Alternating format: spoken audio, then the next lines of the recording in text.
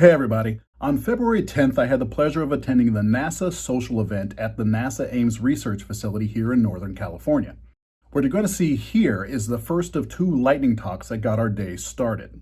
The speaker is Dr. Kimberly Ennico Smith, and she presents a quick overview of the upcoming Artemis missions and the VIPER Rover program and a bit of NASA Ames history. Regrettably, I failed to record a small segment of her talk where she runs down her fairly impressive CV and the different projects she's been a part of. I think I double tapped the record button or something like an oath. But anyway, I put a link in the description to her NASA profile page. Now, the kind folks over at NASA Ames were nice enough to give me access to most of her source files of the presentation, so I'm able to present higher quality images for you along with her talk. I hope you enjoy her presentation. To us. NASA has a charge to put the first woman and next person on the moon in 2024. This is exciting and also stimulating for the fact that we're not doing this alone. It's doing with companies and international partnerships, a very different way of using the moon as part of a larger, broader exploration to Mars.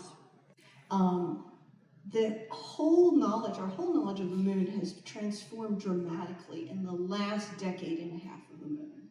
And we're starting to realize this now. And this is science. Oftentimes you'll have, if you want to move that information, that knowledge forward, it takes a little bit of time for evidence to support the evidence. And the story of Ames and lunar robotic exploration is strong, and it's continuing with exciting things ahead. So in 1998, we had the Lunar Prospector Orbiter. In 2009, we had the L-Cross Impactor, the Lunar Crater Remote Observation and Sensing Satellite. And in 2013, we had LADEE, the Lunar Atmospheric and Dust Exploration Explorer, which forwarded our knowledge of the moon. So the Lunar Prospector satellite that went in orbit around the moon had several discoveries. It mapped our moon in different mineralogy. We could find out what the surface had slightly different. We looked at it slightly different wavelengths from different wavelengths. The most interesting puzzle that the Lunar Prospector mission provided to us was a discovery. I'm showing here the north and south poles of the moon. This is actually an image from the Lunar Reconnaissance Orbiter. But the data that the Lunar Prospector satellite provided was it found a curiosity that there were strong hydrogen concentrations at the poles. We hadn't looked at the poles before, and this was new. And the theorists are going crazy because how can you have, where would the hydrogen come from? Perhaps the solar wind. Maybe it was impacted by comets, or hydrogen is the most numerous molecule in the universe, but is a curiosity. Why was there hydrogen concentrated on the moon? This led to the mission L-Cross that I built a payload for. This was designed to follow up on that question. So when you build missions, you're making discoveries and you're answering questions, but then you're asking new questions. So the follow-on mission was, well, we've got hydrogen at the poles of the moon. In what form could that be? So this mission was designed specifically, is the hydrogen at the poles of the moon in the form of H2O, water? Because hydrogen could bond with mostly anything, so it could be in other forms. So we designed an experiment. We did the scientific method. We had the question, we created the experiment, and the experiment was we took the upper stage of a launch vehicle and we actually had the moon get in our way, and we actually hit the surface of the moon and excavated material. So that was our target place on the South Pole, the Cabeus region. And the experiment was when you hit something, it's about school bus size, traveling about 6,000 miles per hour. Just like you throw a beach ball in the sand and you excavate things, we were going to slam into the moon, bring up material that has never seen sunlight into sunlight, and measure what was in that soil. And the spectra showed water ice. Water, vapor, organics, a whole bunch of things. We even found mercury and gold and silver. In a sense, this place that we sampled is like a garbage tip of the solar system. Things are collecting there. We use the term cold trap because the bottom of these craters that don't see sunlight get to be extremely cold, even colder than the surface of Pluto. But this was a monumental discovery that we have shown the first sampling of the basin of a crater on the moon that had a high hydrogen signature and confirmed that that was in the form of water ice. And that opened up a dialogue. Where is this water? How did it come there? Can we use it? The third mission, LADEE, has been studying the very thin, tenuous lunar atmosphere and made some other discoveries for the water story. In particular, it was in low orbit around the moon. This doesn't come out so well, but I'll tell you the story. You guys ever see meteor showers? Yeah, the rocks coming through our atmosphere. Well, if they're going to hit the Earth's atmosphere, they're also going to be hitting the moon. So we had a spacecraft around the moon during these meteor showers as well, and they actually measured water being lofted up into the atmosphere when the rocks would be hitting the lunar surface and things come up. And they would do some calculations about how much water must be on the surface, and this is all over the surface of the moon, to show that we actually have an interesting cycle of water gets placed on the moon and how it gets liberated to the thin atmosphere, how much escapes versus how much falls down. So we laid the groundwork of things to test, and these are more questions. Where is the water on the moon? Where is it distributed? How does it move? And the LADEE spacecraft showed that the water is quite mobile when it gets hit with rocks during what we call meteor showers. Okay.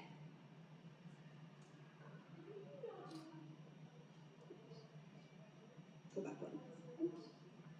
So, today we're working on a new mission, and Dan, who follows me, will tell you in greater detail about this. We have ideas of where the water is on the moon from our orbital assets, from our impactor, from our calculations. What we are lacking is a detailed map of the surface and the subsurface to validate our understanding. So we need to send ground truth. So we're going to send the VIPER rover to the moon, and this is the next stage in Ames' role in understanding water on the moon. GS. So we will traverse the moon and create water maps that can be used as basically our hiking maps for where we can send future missions to drill and to excavate. So the rover is about the size of a golf cart. It's traveling at about 1/4 mile per hour. This is the speed of a Galapagos turtle. And it's going to traverse the south pole of the moon and look specifically at different terrains that the scientists have identified as having potentially different areas where the ice deposits are located. There's a lot of debate in the science community today about how water got to the moon, how much of it is, where it is, and then there's the other side is that for sustainability on the moon, to use water, because water is water to drink, but it can be broken up into hydrogen, oxygen, which can be used for fuel, it can be oxygen to breathe. It's a resource. How to actually use that depends upon, is it on the surface or is it dug down deep? So having this ground truth is important for the story. And during your visit today, you are going to get a chance to drive the VIPER rover in simulation, because the rover is being built right now at Johnson, but we're going to be doing the mission ops and the science ops here. And you'll get an opportunity to speak with the folks who are going to be driving the VIPER rover. So ask them away with lots of questions on what do you worry about driving, with the information that you see with the cameras, because the moon is a very hazardous place. The temperatures can swing from -280 Fahrenheit to +180 Fahrenheit. It's just hotter than an oven and colder than an Antarctic winter. And it's got grains, it's harsh, and the radiation. and it's got unknown terrain. We don't have knowledge of the moon's topography at the fine scales that the rover will be traversing. So pure exploration.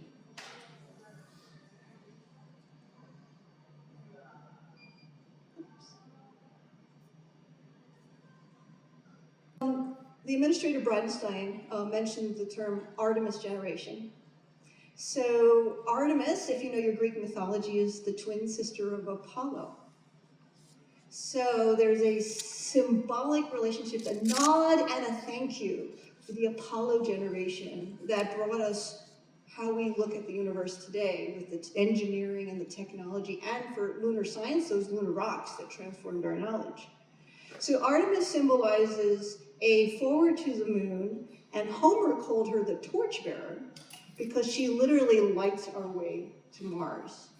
Artemis also symbolizes the first woman to the moon, which is an incredible historic feat ahead of us. So, jumping ahead, there are two phases to the Artemis program. The phase one is to the lunar surface by 2024. The focus is on speed, and we have the technology to go, but getting all the pieces together to make it happen. When you have the focus on speed, we will have a very minimal stay on the lunar surface, but it's not a description of what Artemis really means. So the Apollo missions, there were 6 landed crewed missions. Does any of you know how long Apollo 11, the first, stayed on the surface of the moon?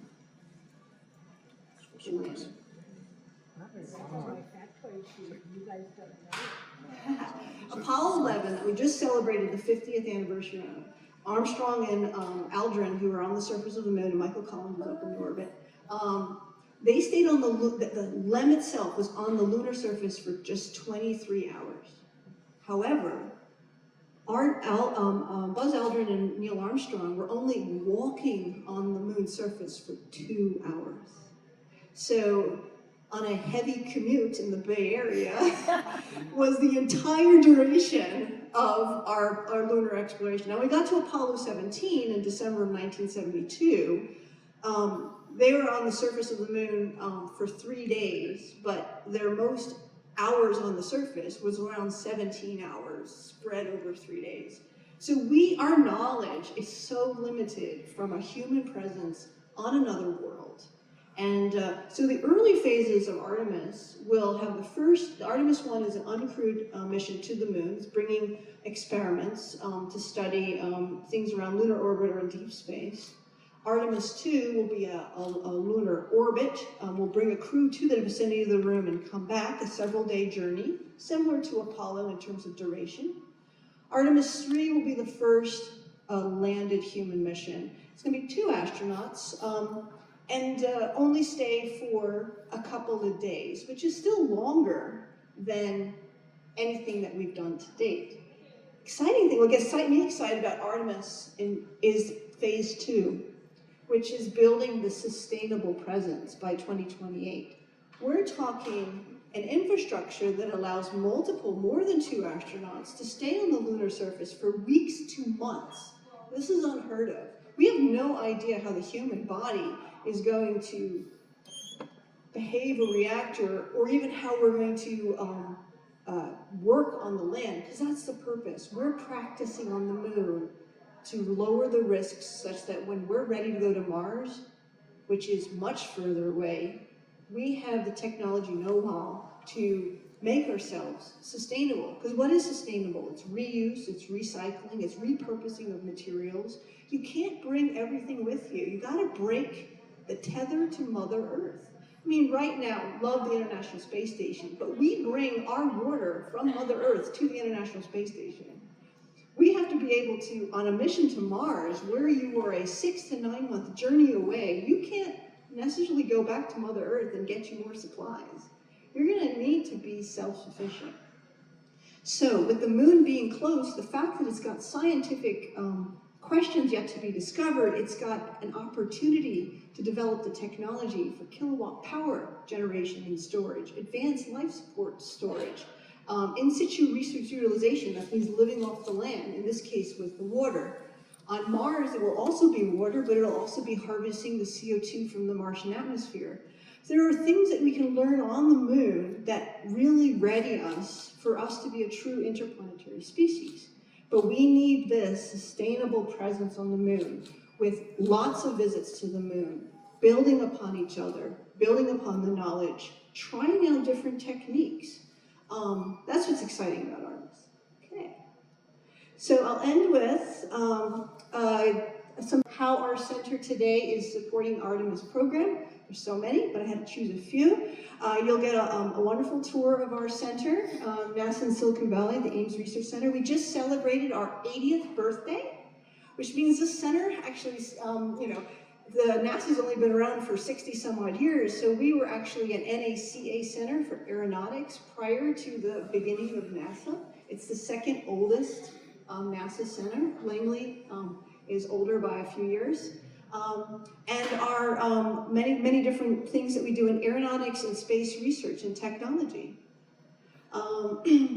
We're home to the largest wind tunnels in the world. You are in a chamber, and you're going to see one on your tour. No, we're not going to see one on the tour. Okay, I'm going to tell you. You'll see them from the outside, but these funky looking buildings that, like, I swear I look like I've been miniaturized on a circuit board, and I think I'm seeing capacitors and resistors because they got these funky shapes. They are to basically simulate the conditions of launch. Basically putting air across a model and measure the pressures that a vehicle will feel upon launch.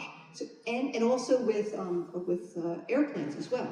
Any new design of a rocket or spaceship or airplane comes through our wind tunnels. The wind tunnels validate the aerodynamic model, parameters of the new design. And this pink here is a special type of pressure-sensitive paint that will change color based on how much force from the air flowing over in the wind tunnels will press. So you show your true colors under stress. And so this is this is for validating the SLS, one of the SLS configurations. What's also kind of neat, this was an experiment that was done just this last fall, taking the real-time image of the paint, which is taken with high-speed camera, and connecting it to the supercomputers. We had, for the very first time, the first real-time visualization of what's happening to the surface of rocket. This has never been done before.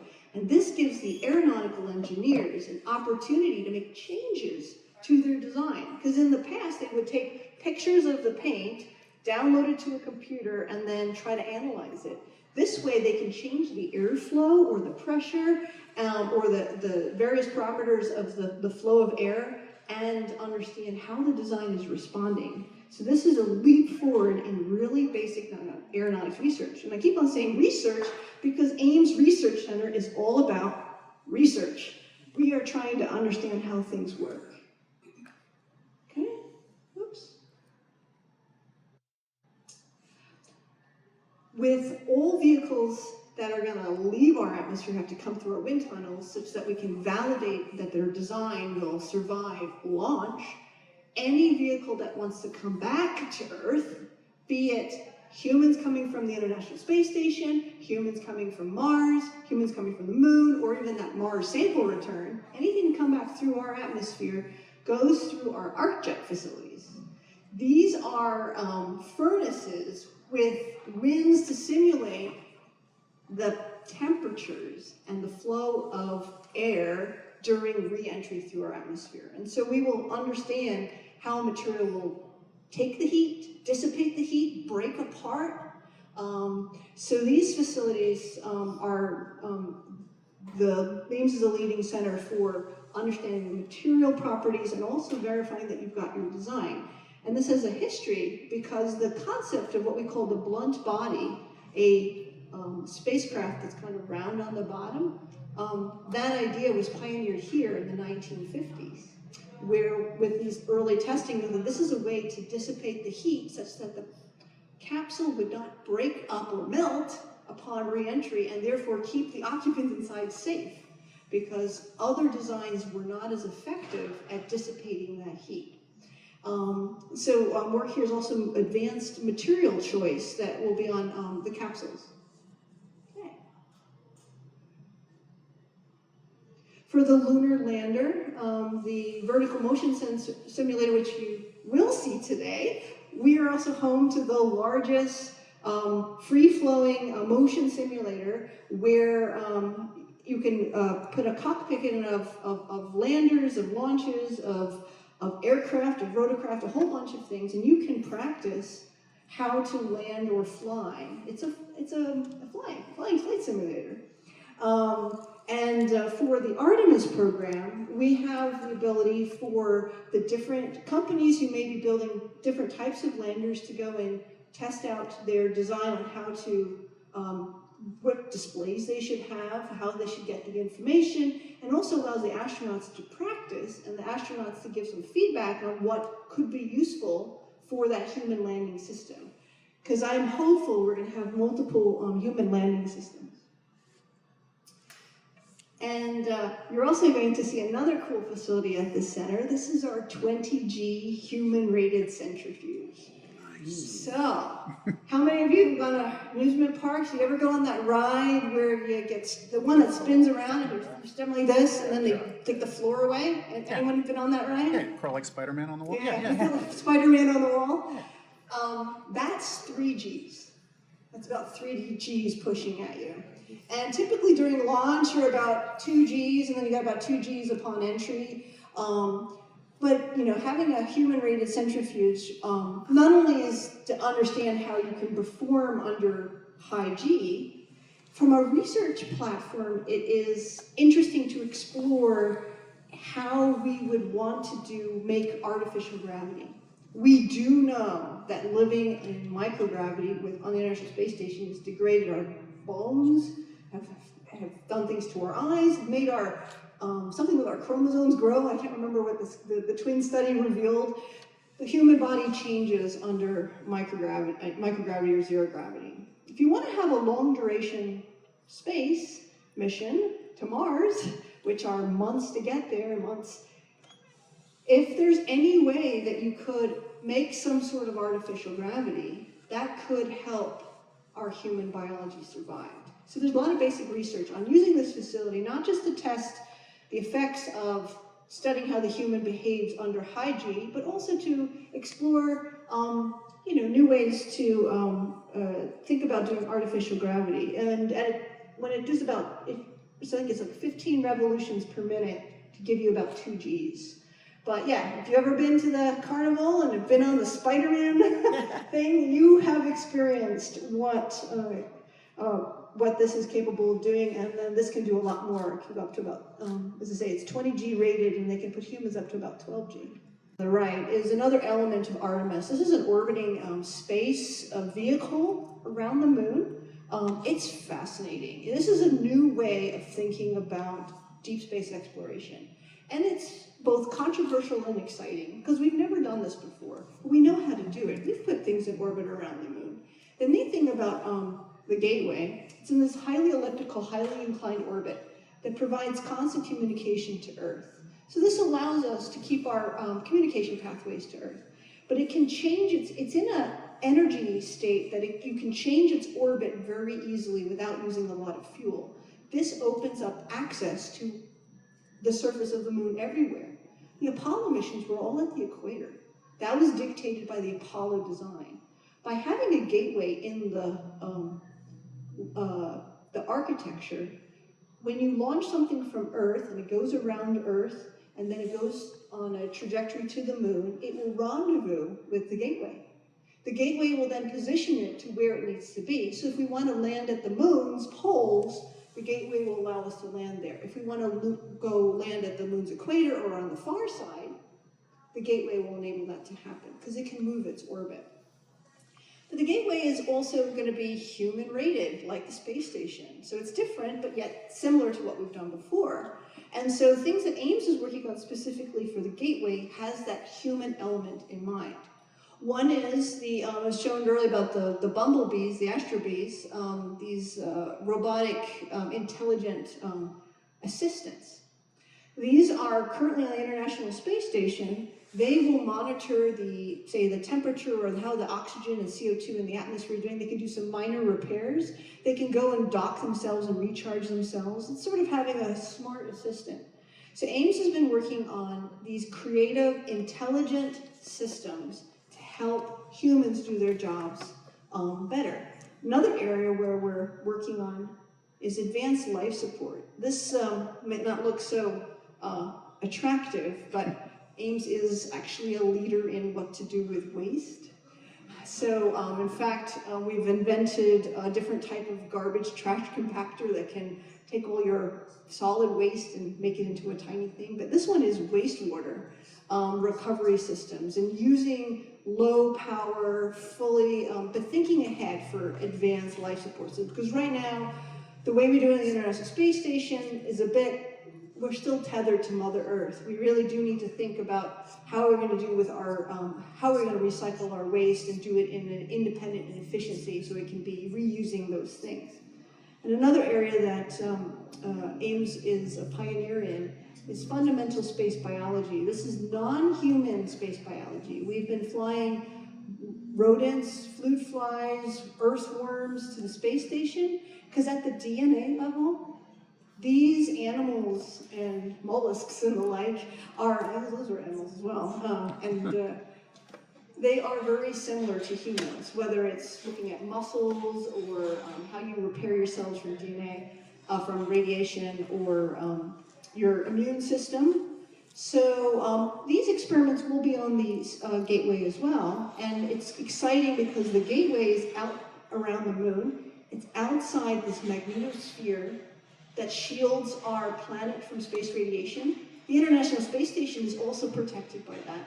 So we actually do not know how biology will survive or alter or change under long durations in a different environment at the moon. So those are things that we're working on, and I think that's what I got. Let's see.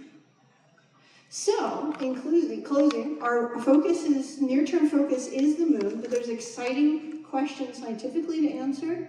There's some interesting engineering challenges that we have to face. But what we learn on the moon is applicable to an envisioned human presence on Mars one day. So, that's a quick story of Ames and our roles today in Artemis, and I'm happy to answer questions.